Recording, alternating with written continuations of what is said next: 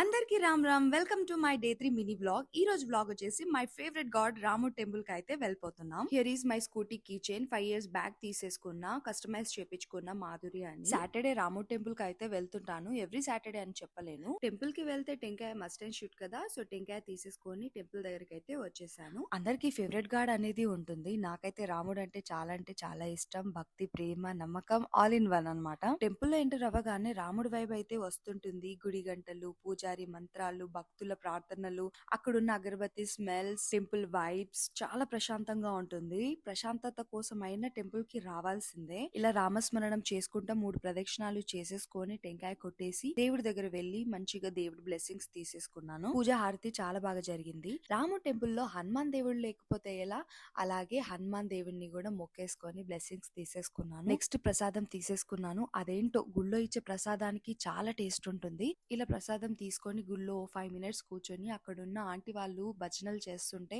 చాలా పీస్ఫుల్ గా అనిపించింది. మైండ్ కి చాలా రిలాక్సేషన్ అనిపించింది. ఫైనల్ గా టెంపుల్ నుంచి బయటకు వచ్చాక గోమాత బ్లెస్సింగ్స్ అయితే తీసేసుకున్నాను. సో గైస్, మీ ఫేవరెట్ గాడ్ ఎవరో కామెంట్ బాక్స్ లో చెప్పండి. Don't forget to like, share, subscribe. Let's meet in the next vlog. Bye.